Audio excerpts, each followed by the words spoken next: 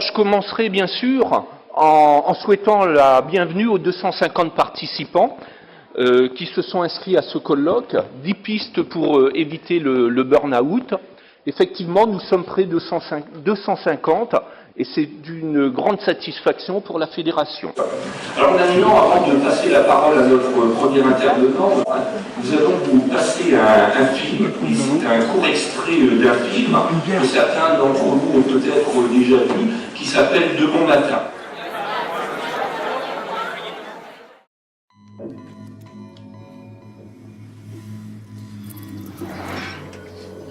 Je me suis totalement investi dans mon métier. J'y ai mis le meilleur de moi-même. Et d'un seul coup, du jour au lendemain, vous ne valez plus rien. Je vois que tu tiens pas tes objectifs. Tu fais 10% de moins que la moyenne de tes collègues. Comment tu expliques ça? Propose le poste qui se libère. C'est une plaisanterie. Ça n'aura aucune incidence sur ton salaire. On n'a pas le droit. Ça serait bien que tu demandes ta mutation. Alors ça, jamais de la vie. Pourtant, c'est la meilleure chose qui te reste à faire, hein, parce que vu où on en est Ne arrivé... parlez pas comme ça! Écoute, maintenant, tu te casses et c'est bon, hein. Même sans cela, l'homme que je suis devenu au bout du compte, je ne sais pas exactement qui c'est. Je ne le reconnais pas. J'ai été bon dans mon métier. Bon, maintenant, on dit que je suis nul. C'est à voir. Mais même quand ça allait bien, même quand j'étais au top, je me dis aujourd'hui que je déconnais. C'est pas comme ça que je voulais être. Enfoui sous le stress, la suractivité, la reconnaissance, le travail accompli.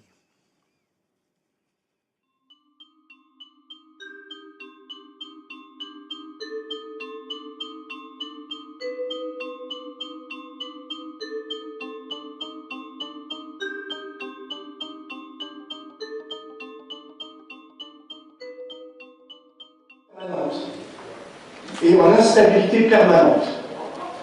La permanence n'est pas de mise. Je pense que c'est une erreur fondamentale d'ailleurs, parce que même si le monde bouge plus, nous avons besoin de salariés fidèles qui connaissent leur travail. Et je pense que c'est une erreur majeure que font notamment une partie du patronat.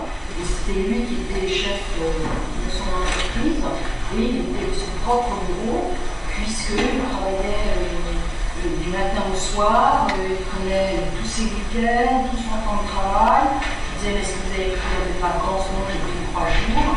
Et c'est sa femme qui m'a, c'était aussi son épouse, et qui m'a appelé en me disant qu'il devenait extrêmement irritable, agressif avec elle. Alors on pourrait très bien dire qu'elle n'aurait pas dû accepter. Mais bon, quand vous avez un job et qu'il faut vivre, etc., vous connaissez la chanson, à un moment donné, c'est vrai que parfois, on commet des actes qui sont répréhensibles et on se met en faute. Donc la faute prescrite, oui, la faute elle provient d'un système qui ne permet pas le travail sain.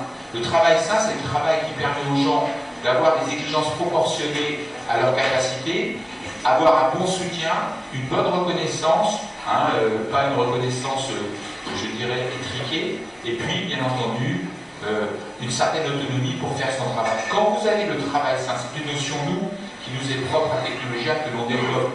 Il faut développer le travail sain, le travail sain protège l'individu. Eh bien, vous avez beaucoup moins de problèmes. C'est aux salariés et je dirais à l'ensemble de ceux qui sont dans l'entreprise, c'est qu'il n'y a pas de fatalité avec le burn-out. Il y a simplement à instaurer je dirais, une action concrète, quotidienne, pour faire en sorte de responsabiliser les uns et les autres, de signer des accords, par exemple, pour le respect de la vie privée, pour permettre un télétravail qui soit organisé, pour permettre de traquer le surengagement. Mais tout cela ne sera pas suffisant si on ne permet pas aux personnes victimes d'être reconnues beaucoup plus facilement avec la création d'un tableau de maladies professionnelles, comme nous le réclamons, faire en sorte que l'on avance vers la création de ce tableau. Donc j'appelle tout le monde à aller signer l'appel burnout.fr pour pouvoir favoriser la création de ces nouveaux tableaux permettant de reconnaître les pathologies psychiques d'origine professionnelle. On parle de risque psychosocial et le burn-out est une des formes d'expression du risque psychosocial. Encore une fois, ce n'est une des formes d'expression, il y en a bien d'autres. Il peut y avoir des dépressions au travail, il peut y avoir des phénomènes d'angoisse, voire de panique au travail, il y a des phénomènes de traumatisme psychologique